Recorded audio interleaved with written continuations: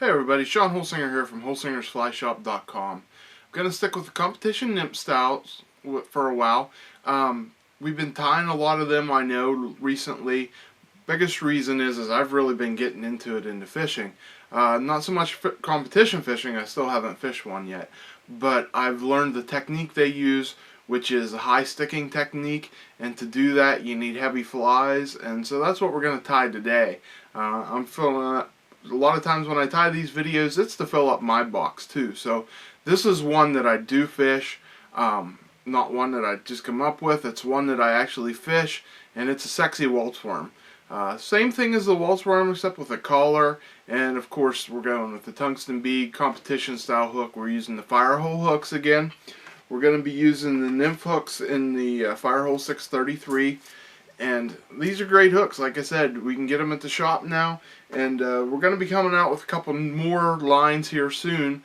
Firehole has a couple more different styles of hooks in the pipeline here that they'll be coming out with this spring or early summer, I heard, and I think a few more in the fall. But we'll be carrying them when they get them. We really like these hooks. So sit back and watch the sexy Waltz worm video. Alright, this is the sexy Waltz worm. Really, it's just a Waltz worm pattern with a few extra additives to it, and it catches fish. It catches a ton of fish. You know, it's a great crane fly imitation, and just an all-around attractor fly. So, also works for scuds, crest bugs. You know, you need to have it in your box, especially if you have good clean water system where you got lots of aquatic insects like your crest bugs and scud and stuff like that. What we're going to start out with is a Firehole 633 size 16 hook, and then the bead on this, we're using a black nickel 7/64 bead in tungsten bead, and then we're just going to put some 0.015 lead on this for some extra weight. Like I said, I've been into tying a lot of the competition flies lately. This is a great competition fly, and a great fly for getting you down fast because we're putting some extra weight on it. So just going to get that lead on there, pull it off. You can use whatever Keller thread. I'm just going to use olive because it's what was on my bobbin.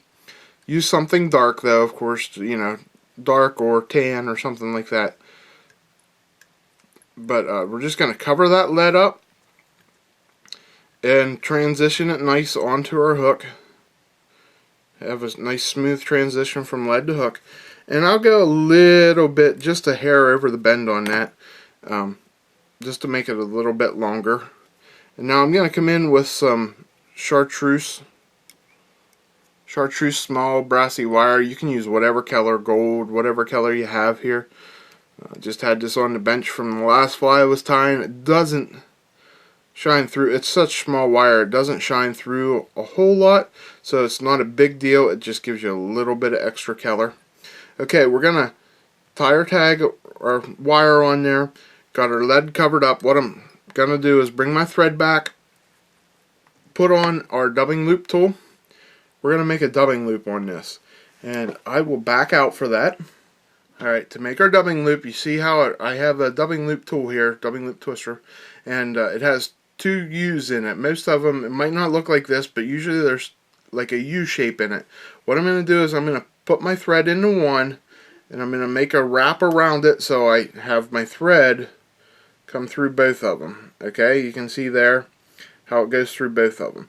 And now, what I'm going to do now is I'm going to put the rest of my thread onto the hook, and then what I do is I put it back about, I don't know, 1/8 of an inch or so, and then I wrap over top of that and put the two threads real close together. Okay, so you can see how they come off the hook pretty close together there. Then we're just going to take this thread, wrap it up to the front, and this is the part we're going to be working with for now. Now to do this, I'm going to use some wax. I'm going to wax my thread up. It makes it a lot easier, and I'm just going to put a nice coat of wax on there. Not too much, you just want it to be waxy. For the dubbing, we're going to be using Hare's Ear Plus dubbing, natural Hare's Ear #1, which is the original dubbing that Walt Young, who is from our area here, we're close to the shop, where when he come up with the waltz worm, this is the blend that he used to make the original waltz worm. So that's what we're going to use on this one. And what we're gonna do is stick it in between that loop. And I want to go slightly thick, not real thick, but I want to get enough in there and enough of those fibers that when it twists around, it's going to have a real what we're doing is making a dubbing brush. And I want that dubbing brush to be real fuzzy. That's actually a little too much. We'll take a little out. But then once you, whoops, way too much there. Okay, once you put that in there, all you're going to do then is take your thing and twist it. Okay, when you twist it, it's going to make your two strands into a rope. Okay, and you can see how buggy, and you can see the fibers sticking out of it. And I'm going to keep wrapping this until it wraps the whole way up to my dubbing loop, and now I have a nice dubbing brush here. Okay, now I'm going to zoom back in on the fly, and we're going to wrap this up. Alright, now that we got our dubbing brush made, we're just going to wrap this forward. And actually, probably easier just to wrap it with the rotary. So we'll do that with the rotary. And try not to trap the fibers down. You know, you want this to be as buggy as you can get. And what we're going to do is we're going to stop just shy of the bead there so we can make a nice collar. We don't want this to be too big of a collar, but we want room to tie one. Alright, we'll just trim this off. Now I'm going to come in with my wire that we put on there, and we're just going to make a nice rib over it. We'll counter rib it for a little added protection. I used to fish waltz worm a lot, not as much as I haven't fished it as much lately as I used to. And when I used to fish the regular waltz worm, we'd tie these things, and the fish would just tear them up. And you actually fish them, you could see the lead shining through. That's why we went to the dubbing loop technique. And just to protect, it actually adds a little extra protection. So the last thing we're going to do, you see I still have my thread on there, the olive thread. I'm not going to whip finish that. That'll just add a bigger collar. So I'm just going to come in with some orange thread, start making my collar. Okay, and then I'm just going to take and make 2 or 3 wraps around that olive.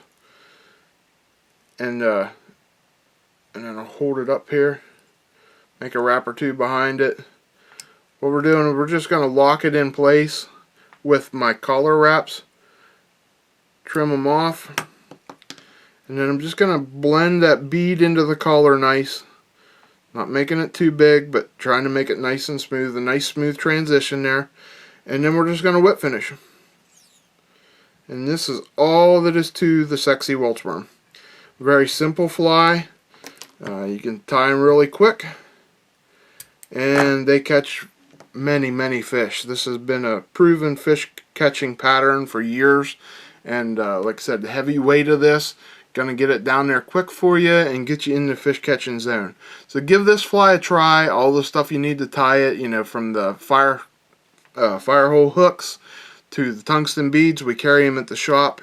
And I hope you enjoy my videos. Please take the time to comment, share them if you would, and thanks for watching, everybody. I really enjoy bringing them to you, and I'll keep them coming. So thanks for watching, everybody. I'm Shawn Holsinger.